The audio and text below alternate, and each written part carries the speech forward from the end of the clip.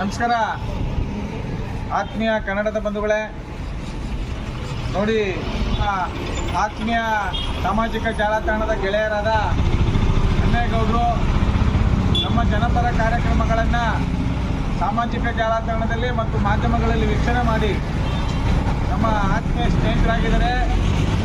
ಇವತ್ತು ಅವರ ಯರನಹಳ್ಳಿ ಗ್ರಾಮದಲ್ಲಿ ಗೌರಿ ಗಣೇಶ ಪೂಜಿಸುವ ವಿಷಯದಲ್ಲಿ ಏನು ಸರ್ಕಾರ ಒಂದು ಸುತ್ತೋಲೆ ಹೊರಡಿಸಿದೆ, ಯಾರ್ಯಾರ ಬಳಿ ಅನುಮತಿ ತಗೋಬೇಕು, ಎಲ್ಲೆಲ್ಲಿ ಅದಕ್ಕೆ ಸಂಬಂಧಪಟ್ಟಂಥ ಅಧಿಕಾರಿಗಳ ಸಂಪರ್ಕಿಸಬೇಕು ಅಂತ ಒಂದು ಸಂಪೂರ್ಣವಾಗಿ ಒಂದು ಹೋಮ್ವರ್ಕ್ನೇ ಕೊಟ್ಟಿದ್ದಾರೆ, ಲೀಸ್ಟ್ನೇ ಕೊಟ್ಟಿದ್ದಾರೆ.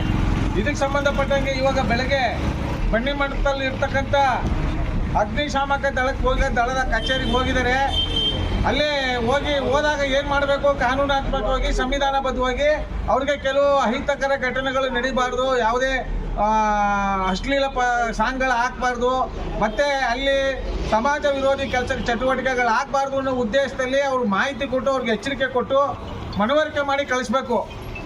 ಇವ್ರೇನು ಮಾಡ್ತಾ ಇದ್ದಾರೆ, ನಮಗೊಂದು ಫ್ಯಾನ್ ಹಾಕ್ಸ್ಕೊಡಿ, ಒಂದು ಟೇಬಲ್ ತರಿಸ್ಕೊಡಿ, A4 sheet papers xerox paper ತಂದುಕೊಡಿ, ಆಮೇಲೆ ಪೆನ್ ತಂದುಕೊಡಿ, ಆಮೇಲೆ 500 ರೂಪಾಯಿ ಕೊಡಿ ಅಂತ ಕೇಳ್ತಾರಂತಲ್ಲ. ನಿಮಗೆ ಮಾನ ಮರಿದಿಲ್ವೇನ್ರಿ?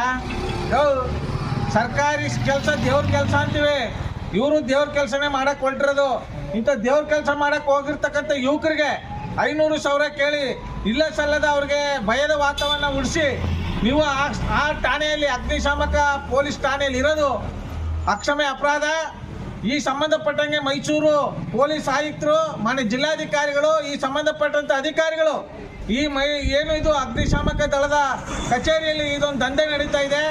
ಈ ದಂಧೆಗೆ ಸಂಬಂಧಪಟ್ಟಂಗೆ ಅವ್ರಿಗೆ ಜಾಗೃತಿ ಮೂಡಿಸಿ ಅವ್ರಿಗೆ ಎಚ್ಚರಿಕೆ ಕೊಡಲಿಲ್ಲ ಅಂದರೆ ನಾಳೆ, ಇವತ್ತು ಸಂಜೆ ಅಥವಾ ನಾಳೆ ಮೈಸೂರು ಉದಯವಂತ ಕನ್ನಡಿಗರ ಬಳಗದಿಂದ ಉಗ್ರವಾಗಿ ಖಂಡಿಸಿ ನಿಮಗೆ ಕಪ್ಪು ಬಟ್ಟೆ ತೋರಿಸುವುದ್ರ ಮೂಲಕ ನಿಮ್ಮ ವಿರುದ್ಧ ಆಕ್ರೋಶವಾಗಿ ಮಾನ್ಯ ಆಯುಕ್ತರಿಗೆ ಮನವಿ ಮಾಡಬೇಕಾಗುತ್ತೆ, ದೂರು ಸಲ್ಲಿಸಬೇಕಾಗುತ್ತೆ, ನಿಮ್ಮನ್ನ ಆ ಕೂಡಲೇ ಕೆಲಸದಿಂದ ವಜಾಗೊಳಿಸಬೇಕಾಗುತ್ತೆ ಅಂತ ಒತ್ತಾಯ ಮಾಡಬೇಕಾಗುತ್ತೆ.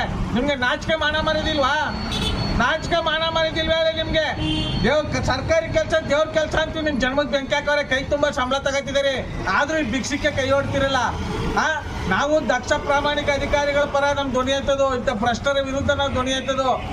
ನಿಜವಾಗ್ಲೂ ಪ್ರಾಮಾಣಿಕತೆ ಇದ್ರೆ, ಸಂವಿಧಾನದ ಮೇಲೆ ನಿಮಗೆ ಗೌರವ ಇದ್ರೆ ಈ ಕೂಡಲೇ ಇದೊಂದು ಘಟನೆಯನ್ನ ನಿಲ್ಲಿಸಬೇಕು ಅಂತ ನಮ್ಮ ಮೈಸೂರು ಉದ್ಯಮಂತ ಕನ್ನಡಿಗರ ಬಳಗದಿಂದ ಸಮಸ್ತ ಮೈಸೂರಿನಲ್ಲಿ ಎಲ್ಲ ಸರ್ವತೋಮುಖವಾಗಿ ಯಾರೆಲ್ಲ ಗಣಪತಿ ಗೌರವವನ್ನು ಕೂರಿಸಿ ನಮ್ಮ ಸಂಪ್ರದಾಯ ಪ್ರಕಾರ ಪೂಜೆ ಸಲ್ಲಿಸ್ತಾರೆ ಅವ್ರಿಗೆ ನೀವು ಎಚ್ಚರಿಕೆ ಕೊಡಿ.